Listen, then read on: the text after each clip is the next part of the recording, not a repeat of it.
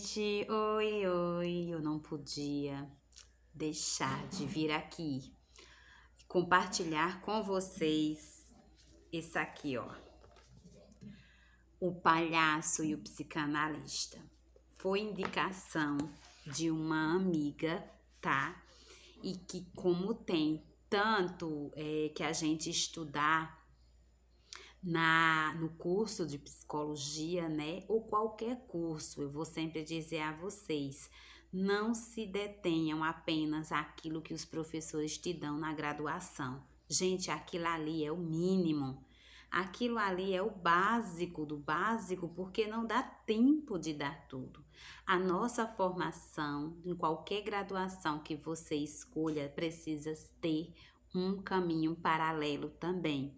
Então, além do que você já estuda, né, como base, você precisa buscar. E uma amiga me indicou esse livro, certo? A gente sempre sem tempo de estar lendo, mas eu li só o comecinho e aí o livro me cativou de um jeito assim, porque como escutar os outros pode transformar vida. O livro todo traz ensina como escutar. E na nossa profissão de psicólogo, né? Quem está estudando sabe que a nossa profissão é feita de escuta, né? Além de direcionamentos, norteamentos, ela é, em sua essência, feita de escuta. O livro está em PDF, tá? Tem ele lá em PDF, vocês podem baixar. E daí vocês começam a navegar nessa aventura que é a escuta pela visão do palhaço. Me traz uma lição fantástica sobre você chamar as outras pessoas de palhaço, né? Porque palhaço faz você rir, então realmente ele traz revelações muito interessantes sobre essa questão do palhaço. O Cláudio Tebas, que é um dos escritores do livro, né? Ele é palhaço.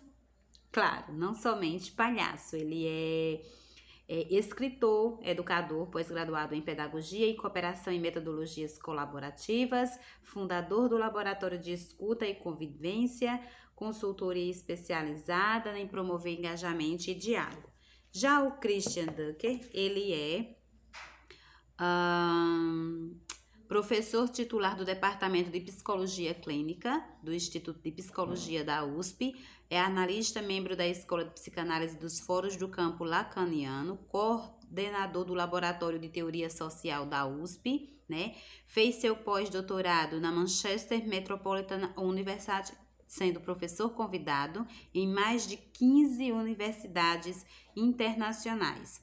2 vezes agraciado com o prêmio Jabuti, né, por estrutura e constituição da clínica psicanalítica, feito um livro em 2012, e Mal-Estar, Sofrimento e Sintonia pela Boitempo em 2016, além de toda uma publicação. Então, assim, é o palhaço que entende da arte de escutar, porque vivencia isso, e o psicanalista que também entende da arte da escuta, porque estuda e vivencia isso. Então, o sumário ele já é super convidativo, porque quando ele traz assim o começo de tudo isso na versão do palhaço. Aí também traz o começo na versão do psicanalista. E aí o livro vai passando pelos temas de aprendendo a escutar, a marginalidade dos palhaços, a implicação dos psicanalistas. Depois que a gente brinca, a gente fica amigo. Eu amei essa parte. Foi uma lição tão fantástica, porque a gente chega com a complexidade, né? E a criança vem com a simplicidade e dá aquela sacudida em nós, né? Desarma a gente com toda a nossa teoria complexa de explicar as coisas, de analisar os fenômenos e tudo. E a criança olha para ele e diz: antes de você falar, vamos brincar? E aí quando todo mundo começa a brincar para descontrair. A escuta lúdica como jogo de linguagem, né? O pacto da escuta hospitaleira, o hospital da escuta viajante, a escuta que cura, o teatro da loucura, e o Teatro da Loucura. A escuta hospedeira, diálogo, elogio ou julgamento, porque o sapato do palhaço é grande, 7 regras para ser melhor escutado, caso clínico, né? Os 4 Hs da escuta, o potencial do silêncio e traz uma lista enorme ainda de questões que são tratadas nesse livro e nesse material. Claro que não seria o nosso vídeo agora, né, para dar conta de toda dessa profundidade sobre a escuta. Vou só partilhar uns trechinhos com vocês que eu sublinhei aqui e que ele trata assim, ó, na página 23. Quando você se sente escutado, você quer mais. E quando você acha que escuta, o outro quer mais também. E isso aqui é metaforicamente falando, um tapa na nossa cara, né? Porque a gente tá num mundo em que ninguém escuta mais ninguém, certo? É uma correria tão grande para ser feliz, para ter sucesso, para ter saúde, um atropelamento individualista, né, de uma massa que grita para ser ouvido e atendido em suas necessidades. E aí ele traz essa proposta de nos ensinar a escutar, porque a sociedade, né, o indivíduo em sua particularidade, ele precisa demais ser escutado. E quem é que para escutar? Eu ouvi uma charge, eu ouvi, acho que era meio que podcast, em que um senhor de outro estado, né, chegou num determinado estado dentro do ônibus e, observando a cultura daquele lugar, disse assim: nossa, eu ouvi 2 pessoas conversando dentro do ônibus. Uma começou a contar o seu sofrimento, e olha que era um sofrimento muito grande, certo? Quando ela terminou de contar que a outra estava escutando, a outra começou a dizer: olha só o meu sofrimento. E aí começou a contar o seu sofrimento. Parecia uma guerra de sofrimento, sabe? Cada um que queria ter o poder de dizer que sofria mais do que o outro. Nossa, parecia um desafio de sofrimento, né? Quem pode sofrer mais do que o outro. E isso revela essa necessidade extrema de ser escutado. A gente, quando vai para algum lugar, então todo mundo quer falar sobre si, sobre o que está passando, mas não tem ninguém para escutar. Geralmente um volta angustiado, né, com aquele nó na garganta, porque não teve espaço, não conseguiu ser escutado por alguém, e o outro pode voltar mais aliviado porque teve alguém que escutou. Os autores trazem aqui que escutar envolve riscos. Por quê? Porque, na verdade, ele coloca aqui, ó, existe uma preocupação muito grande em escutar e apenas ouvir, sabe? Escutar o outro é escutar o que realmente ele diz e não o que nós ou ele mesmo gostaria de ouvir. Então, muitas vezes a pessoa está conversando, né? E a gente aqui está na frente dela. E foi, certo, mas nosso pensamento está muito distante. A gente está tão desconectado. A gente, dentro da gente, está também fazendo julgamento, sabe? Nossa, que besteira. Nossa, como é que essa pessoa perde tempo com isso aí, né? Não aguento nem ouvir mais de novo reclamação. Ou seja, nós estamos com uma reclamação interna, né? Nós estamos com o nosso julgamento interno. Ela diz isso, mas ela não sabe, né, o quanto ela também fez. E a pessoa lá falando. Então, a gente deixa de escutar a outra pessoa, né? E a gente fica nos nossos devaneios, né? Pensando em outra coisa. E eles colocam assim: escutar é uma pesquisa sobre a verdade do que está sendo dito. A verdade entendida aqui como relação entre aquele que diz e o que ele diz. Então, é necessário parar, né? Para que a gente não esteja fingindo que está escutando a outra pessoa. A gente precisa saber qual é a verdade que ela está falando dela mesma, sabe? Daquela situação toda. Por isso, a necessidade de estar presente na escuta. O livro traz toda essa dimensão, sabe? Do estar presente na escuta. E aí ele começa a refletir aqui sobre essa questão das pessoas usarem as brincadeiras para falarem as grandes verdades, sabe? E aí dependendo do como o outro vai receber isso, a gente diz bem assim, não, eu estava só brincando. Não, você não estava só brincando, você estava falando a verdade. E eu acho uma parte muito forte, essa parte como ele coloca aqui na página 32, sabe? Que ele coloca assim: cuidado ao xingar as outras pessoas de palhaço, porque além de dizer que está usando para se divertir, você está revelando que ele porta um fragmento de verdade que você mesmo não consegue suportar. Achei isso de pura profundidade, sabe? Quando ele coloca aqui que a diferença entre o humorista e o palhaço. E ele diz assim: dos humoristas, nós rimos das piadas, né? Mas do palhaço, nós rimos dele. E geralmente, ele traz, aí já é o próprio palhaço falando, né? Geralmente, ele aborda questões nossas, questões do nosso cotidiano.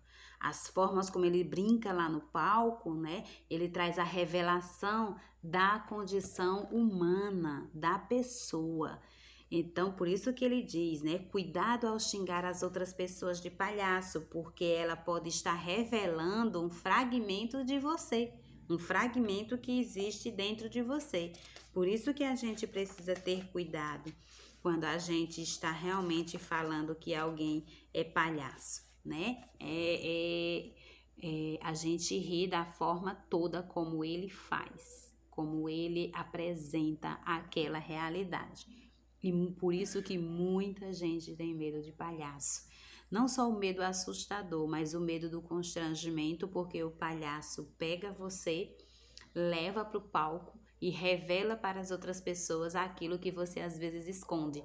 Eu vi o palhaço um dia chamar 4 crianças para o palco, né? E uma das crianças, ele dizia: vem, mosquita, né? Entra aqui, mosquita. Porque ela era bem pequenininha, bem xoxinha mesmo, parecia um mosquitinho, e ninguém tinha coragem de falar isso para ela. E aí, quando o palhaço disse isso com ela, todo mundo riu, né? Todo mundo riu. Então, a gente precisa realmente se perguntar e ressignificar esse nosso conceito e essa nossa concepção de palhaço aqui.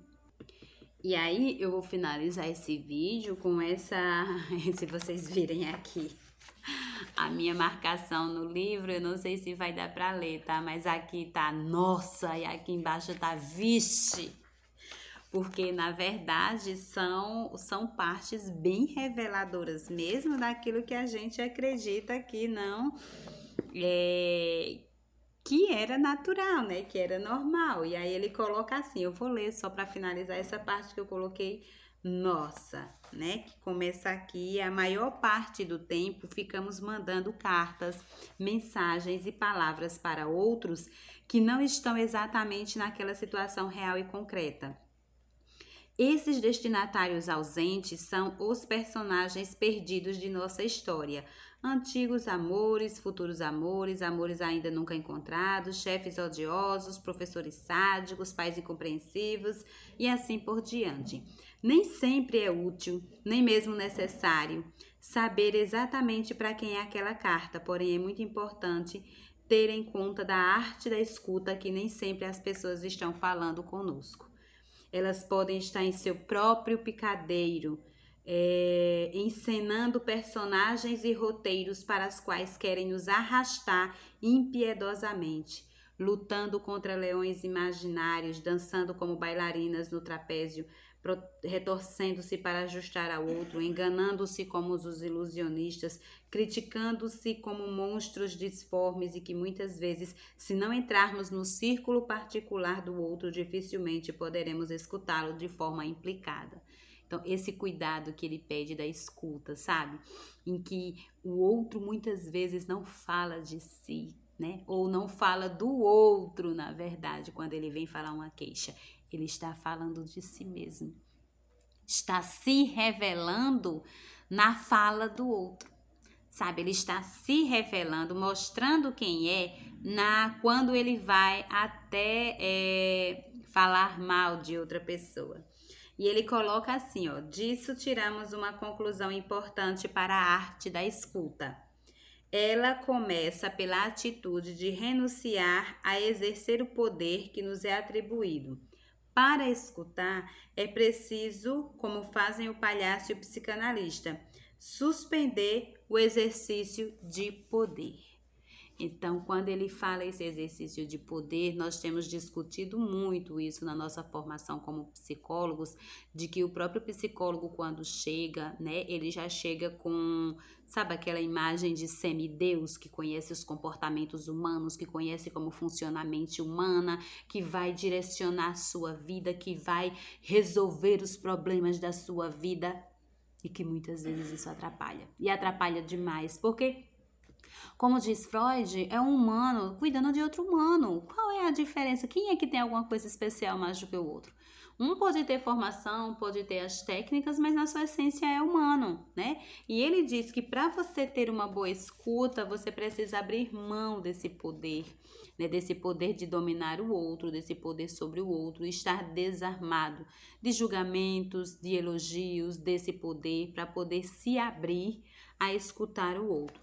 Então, eu recomendo, na verdade, né, a leitura deste livro, não apenas para estudantes de psicologia, nem só para psicólogos, mas para professores, para pais, mães, para diversas profissões, para você mesmo como ser humano, sabe? Como pessoa que a cada dia você está em busca de autoconhecimento, né? De se descobrir para conviver melhor com você. Então, é uma leitura muito agradável, é uma leitura despertadora mesmo. E fica aqui a indicação de leitura para vocês, né? Como um todo, como geral. Espero que essa leitura ajude vocês tanto quanto me ajudou a cada vez mais descobrir um pouco sobre esse universo da escuta e se encantar cada vez mais por essa área de conhecimento, né? De interpretação, de análise, de escuta mesmo das experiências humanas.